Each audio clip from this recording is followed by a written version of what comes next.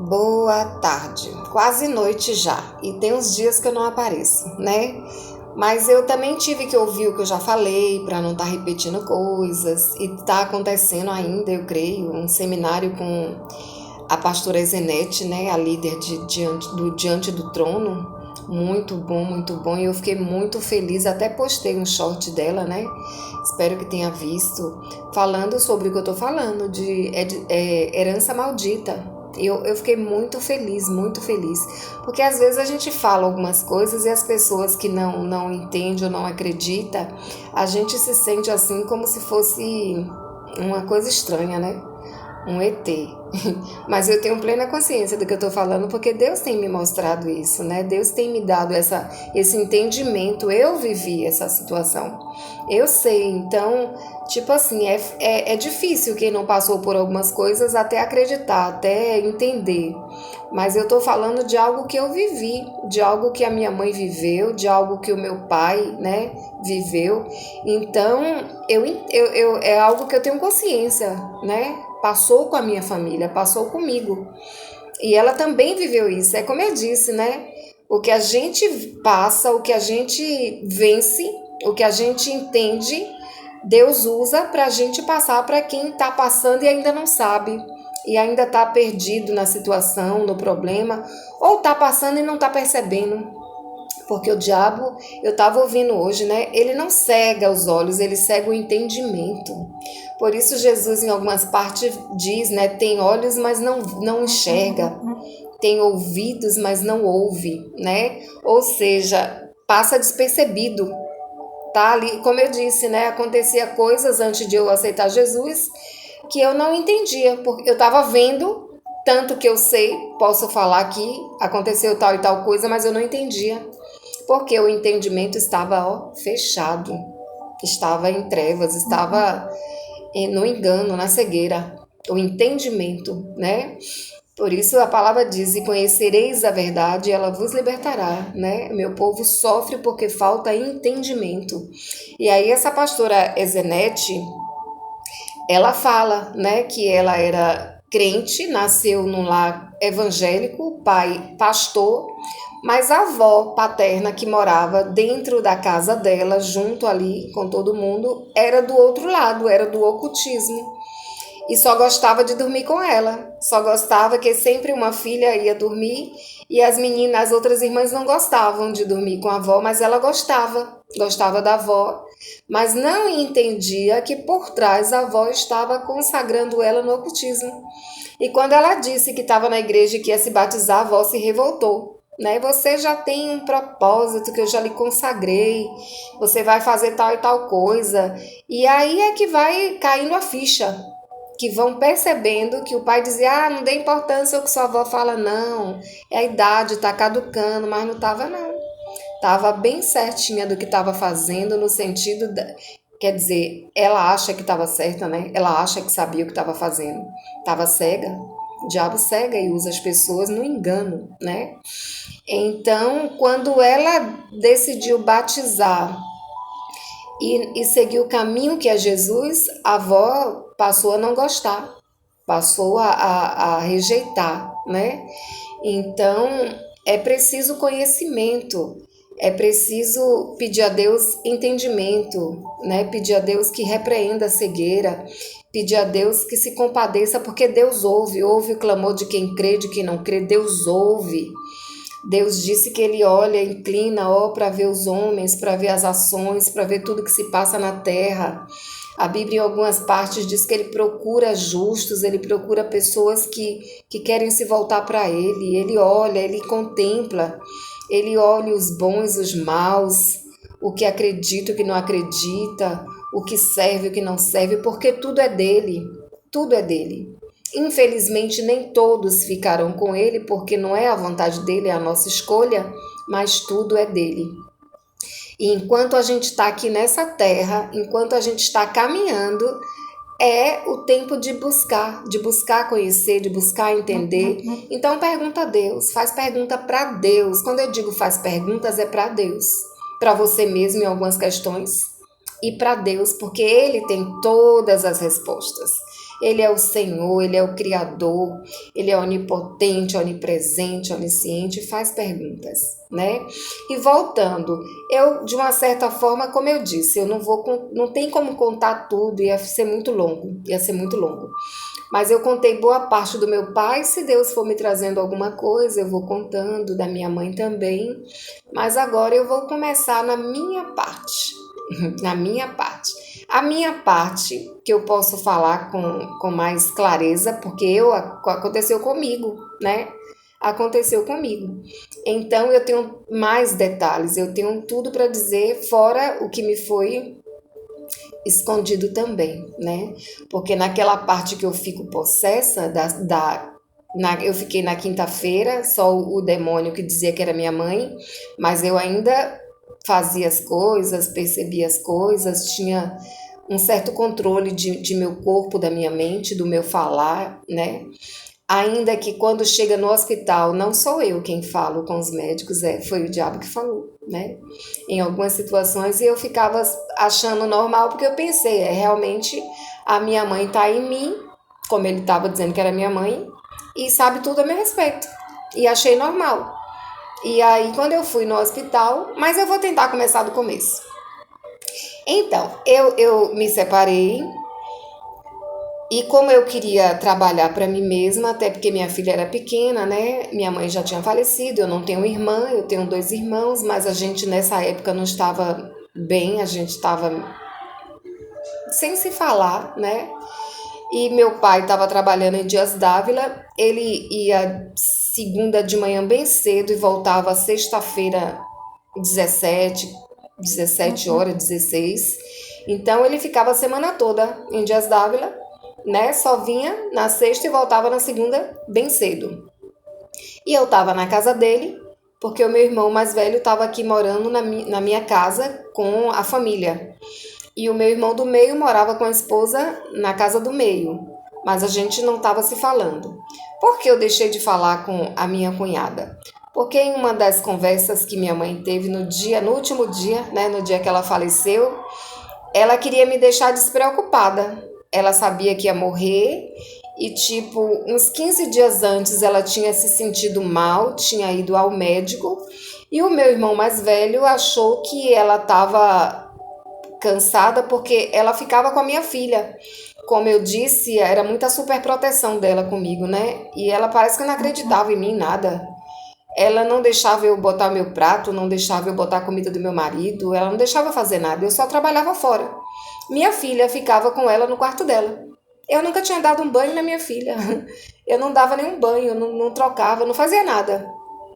Eu só dava um beijinho, um abraçozinho quando minha mãe deixava, porque minha mãe, ela dizia que se criança ficasse muito no colo ia ficar mimada, ia ficar chorando. Então, quando ela, na hora que dava o banho, aí ela pega um pouquinho, cada um pega um pouquinho e volta pro berço. Era assim. E eu era super, super dependente da minha mãe. Era uma dependência muito, muito grande. Eu até conversando com um pastor, depois que eu aceitei Jesus, um líder que eu tive, bênção de Deus na minha vida, ele disse que eu tinha uma obediência cega à minha mãe. E quando eu parei para olhar o meu passado e muitas escolhas que eu fiz, que eu não fiz na verdade, que a minha mãe fez por mim, era isso mesmo, era uma coisa estranha. Tipo, o meu sonho era fazer faculdade. E aí, quando eu comecei a trabalhar e me ofereceram um trabalho de professora, né, de jardim, né, infantil, aquelas salinhas, aquelas crianças, eu achei que não ia dar certo, a pessoa vai. Eu era tão tímida que eu pensei, ai meu Deus, como é que eu vou dar aula para criança? Mas eu fui, porque tipo assim, como eu disse, eu tenho esse lado de decisão, né, de ser corajosa, eu tinha muito, eu sempre tive, tinha um medo, mas tinha coragem, né? O medo era uma questão espiritual, mas a coragem era algo que tinha em mim. E tipo, não desistir das coisas ou não enfrentar, eu ia. E aí, mesmo sem saber como seria, mesmo sem. Eu tinha um curso técnico de contabilidade, não tinha de magistério, na época que era assim que falava. Eu fui. Eu fui e lá a diretora era até crente, filha, se eu não me engano, de pastor, né? E quem me conseguiu essa vaga foi a irmã de uma pastora da minha igreja, né? Que já faleceu, ela namorou com meu irmão. E ela queria trabalhar, ela foi convidada para trabalhar em uma loja no shopping e me chamou para ficar no lugar dela. Eu fui, né? E ela disse: Olha, uma das suas alunas é a filha da diretora. E o que vai definir se você vai ser ou não aprovada é essa menina. Que ela é muito mimadinha e é muito assim comigo. Então, ela gostar de você é o que vai dizer se você está aprovada ou não, de uma certa forma. E acontece que essa menina, eu gostei tanto dela e ela gostou tanto de mim que a minha filha, Suelen, tem o nome dela. É por causa dela que a minha filha se chama Suelen. E eu sei que eu me apaixonei. Eu me apaixonei pela sala de aula. Eu ia andando, né? Era um bairro aqui próximo. Eu ia andando, não era tão perto, mas dava para ir andando. E depois me ofereceram para dar banca à tarde, né? Segunda, terceira série, e eu fui, dei banca. E eu percebi que eu tinha todo jeito para ensinar. Eu percebi que tinha tudo a ver comigo. E no final do ano, né, eu já tinha todo. E eu percebi que, é como eu disse, o não falar, a timidez era espiritual. Porque eu era super extrovertida com as crianças. E as professoras ainda brigavam um pouco comigo, porque criança a gente tem que cantar, tem que fazer zoada. E eu, meu Deus, eu me soltava. Ali na sala de aula, eu me soltava e eu cantava com as crianças e brincava. E eu era apaixonada por aquilo. E depois eu queria fazer tudo muito bonitinho e eu fazia tudo muito bonito, tudo diferente, né? As decorações da minha sala, as surpresinhas, era tudo assim, do melhor, né? Eu me dedicava o máximo. E a diretora me chamou perto do final do ano e falou: Olha, você tem muito jeito, você tem muito jeito mesmo. E eu tenho uma amiga que era uma faculdade aqui no bairro Rio Vermelho, né? Que tinha, ela era dona da faculdade de magistério e ela falou: se você continuar comigo, eu consigo uma bolsa no próximo ano você já faz a sua faculdade de magistério, que aí eu assino a sua carteira como professora e você ganha mais. E aí eu fiquei super contente. E aí quando eu falei com a minha mãe, que nada, minha filha. Você ganha uma mixaria, você ganha muito pouco, não vale a pena não. Não fica lá não, sai de lá. Professora ganha uma miséria. E começou a falar. E eu nem pensei, eu não analisei. Qual era a primeira análise que eu tinha que fazer? Como a minha mãe fugiu da escola a vida toda, vai me dar um conselho para estudar e ser professora. Inocente que eu era, cega, cega, cega. É como a palavra fala, né?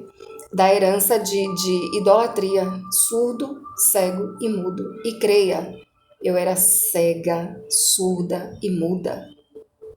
Eu não parava para pensar, para analisar. Eu já era maior de idade.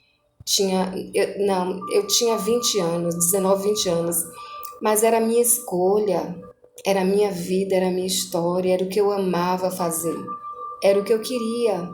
Mas a minha mãe disse não, e eu disse não. E a minha mãe ainda me deu mais um conselho, ó, era uma empresa de supermercado, né, Paz Mendonça na época, lá paga bem, se inscreve para ser caixa. E aí eu fui para ser caixa de Paz Mendonça, porque ganhava bem. E aí eu segui esse conselho, me arrependi muito, mas eu só consegui perceber o meu erro depois que eu aceitei Jesus. Antes eu ainda estava cega, achando que minha mãe estava certa, achando que era isso mesmo, que o importante era ter dinheiro, aquele dinheiro ali a mais, mas não ter não investir em um curso, em uma faculdade. E aí que quando eu quis fazer, eu não consegui. Eu casei, quis fazer faculdade, o marido disse que não, pra quê, não sei o quê. E o ciúme, ele era super estranho, né, a nível de ciúme, e ele não me apoiou.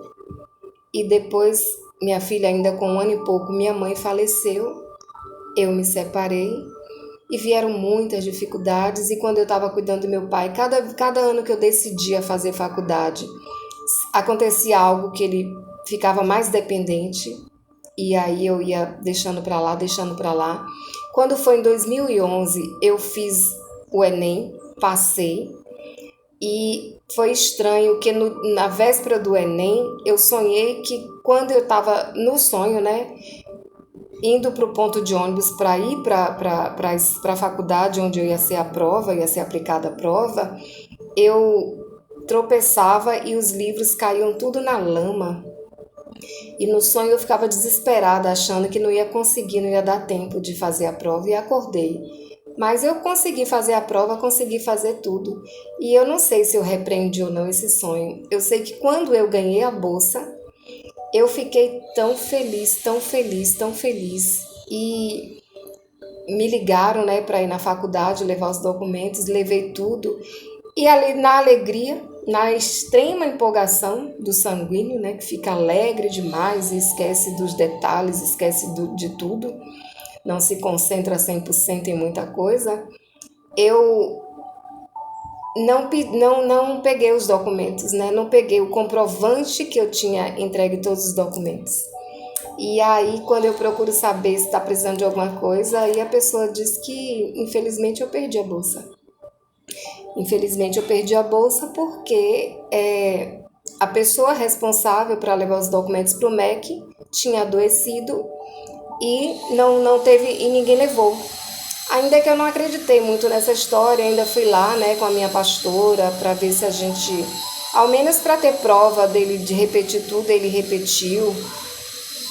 E até uma prima que eu tenho, que é advogada, tentou resolver, mas um dia Deus me disse: olha, fui eu que tirei. Por que eu não sei? Acredito que Deus não faz nada para o meu mal, nem para o mal de ninguém. Deve ter sido algum livramento, deve ter sido alguma coisa, mas eu achava que era castigo, né? Porque quando eu tive uma oportunidade de fazer, eu não soube escolher. Eu perdi, dizem que a oportunidade é uma só, né? Ainda que Deus dá quantas Ele quer, né? Eu sei que eu perdi essa bolsa e fiquei muito triste. E até hoje eu não fiz esse curso, eu tenho 2 cursos técnicos, mas até hoje eu não fiz essa faculdade, né? E não deixa de ter uma ligação, né? Tipo assim, meu pai não conseguiu estudar. Queria, mas não conseguiu. Minha mãe teve tudo para estudar e não quis estudar. E aí eu me esforçando de um lado e de outro, perco a oportunidade por não saber dizer não, por não saber fazer escolha, por não saber tomar uma posição. E quando eu quero, eu perco. Então são coisas que para mim está sempre ligadinho com um dedinho, uma ciladinha do diabo, uma prisão, né? E a gente precisa estar pedindo a Deus que traga revelação, que traga conhecimento e que, nos liberte de todo e qualquer cativeiro. Mas eu creio que esse dia ainda vai chegar, eu creio. Então, eu decidi trabalhar para mim mesma, né? Voltando para a situação, eu decidi trabalhar para mim mesma. Eu tive uma ideia assim de repente, e engraçado, né? Que eu digo no que a gente não é bom, ou no que a gente é fraco, ou não tem nenhum conhecimento, ou alguém nos afasta, parece que é nisso que a gente tem que a gente vai dar certo. Eu sei que a minha mãe me afastou do fogão, minha mãe me afastou do fogão a vida toda que pôde. Lá quando eu já estava casada, foi que ela me ensinou a fazer, um pouco antes de casar, me ensinou a fazer bolo, não sei porquê, me ensinou a fazer bolo e o meu bolo era muito bom. Depois ela me ensinou a fazer, não sei se foi feijão. Ela me ensinou a fazer acho que bolo e feijão. Mas só para ela ensinar mesmo, nunca deixava eu fazer assim. Às vezes ela dizia só tempera o feijão. Seu feijão é muito gostoso. Aí eu ia e temperava. Mas ela sempre me afastou do fogão. E eu me inclinei para o fogão, né? Quando ela faleceu e eu não sabia fazer nada, eu comecei a assistir programas de culinária.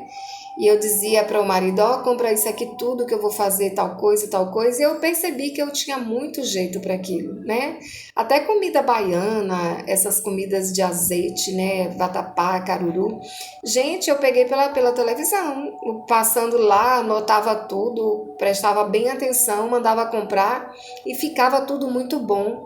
E aí eu fui pegando gosto, né? Fui descobrindo mais coisas e aprendendo mais coisas e fazendo, e ficava tudo muito bom. Então eu fui me jogando nessa área da culinária. E aí eu convidei uma colega, né, que é vizinha, que também estava sem trabalhar. Eu falei, vamos fazer almoço. E aí a gente decidiu fazer, a gente fez a divulgação, fizemos alguns panfletos e a gente entregou e chegou o dia de começar, né? Chamei um primo, né, que era novo, para ele fazer as entregas, e fui na casa dessa moça chamar para trabalhar aqui, porque num período, meses ou um ano antes, ela tinha tomado conta da minha filha. Aí eu peguei, gostei dela, né? Ela saiu porque conseguiu trabalho em uma outra empresa, carteira assinada. Mas aí eu fui saber se ela estava desempregada. Ela não tá, e eu peguei, fui chamar a pessoa, né, para tentar me matar. Mas eu não sabia. E aí começou, né, a fornecer o almoço e foi aumentando os pedidos, a clientela e o trabalho, muito trabalho, mas eu também gostava, né? Gostava, e foi crescendo, foi crescendo. E foi quando eu estava para fechar com uma empresa, né? Que até uma prima me falou: Olha, meu chefe está querendo fechar com você. Você fornece para todo mundo e ele paga antes, ele paga e você fornece o mês todo. E aí eu contei, né, para a sócia, contei para essa moça, e eu não sei, eu deduzo que foi por inveja, né, que foi por causa desse crescimento que ela tentou aquilo, porque eu não consigo ver outro motivo, eu não sei outro motivo, né? E aí, mas a gente ficou uns meses trabalhando e tudo ia bem, a gente conversava, né? Eu, ela, minha sócia, a gente trabalhava distraído, conversando, dava risada e não parecia, não teve nunca nenhum problema, não que eu saiba, né? Mas o inimigo para fazer o que ele é apto, é dele fazer, né? Que é destruir, que é criar problemas, criar motivos, ele não precisa, né, de motivos. Ele só precisa de alguém que está cegamente servindo e usa. Ele simplesmente usa essa pessoa. E aí a gente volta depois, porque para não ficar muito longo, né? Mas aí eu já vou começando e concluindo com a minha história. Né? Eu sou Dirce Oliveira, aconteceu comigo das trevas para a luz. Escute o short que eu mandei da Ezenet, né? Ela confirma muito de tudo que eu tô falando, sobre herança maldita, sobre maldição hereditária, né? E a necessidade de lembrar e de apresentar a Deus pedindo que anule, que neutralize toda a ação do mal contra nossos antepassados que veio sobre nós para desfazer, né? Para quebrar, para anular, para que possamos ser livres. Deus nos fez e Jesus morreu para nos dar liberdade, liberdade completa, né? E maior é Ele em nós do que o que está no mundo. E você que ainda não confessou Jesus como seu Senhor, pensa nisso. É o que você veio fazer, na verdade. A gente não veio aqui passar um tempo, largar tudo e morrer. Não. A gente veio fazer uma escolha. E a escolha é vida ou morte. E Deus diz: escolhe a vida para que tudo te vá bem. E você ainda deixa herança para os seus, herança de salvação. Jesus te ama. Clica no sino para ser notificado de novas partes. Se inscreva no canal se você ainda não fez isso e compartilha. Existem pessoas que precisam ouvir isso. Talvez a tua vida esteja boa, você já tenha aceitado Jesus e graças a Deus está tudo caminhando bem, mas a gente permanece aqui após aceitar Jesus, que é para a gente ser instrumento de Deus para ganhar outros para Ele, né? Para que possamos arrancar as pessoas das trevas, né? Para nos salvar, para libertar os cativos, que Ele nos mantém aqui, né? E nós somos esses instrumentos que Ele vai usar. Poderia usar os anjos, mas Ele escolheu nos usar. Deus abençoe.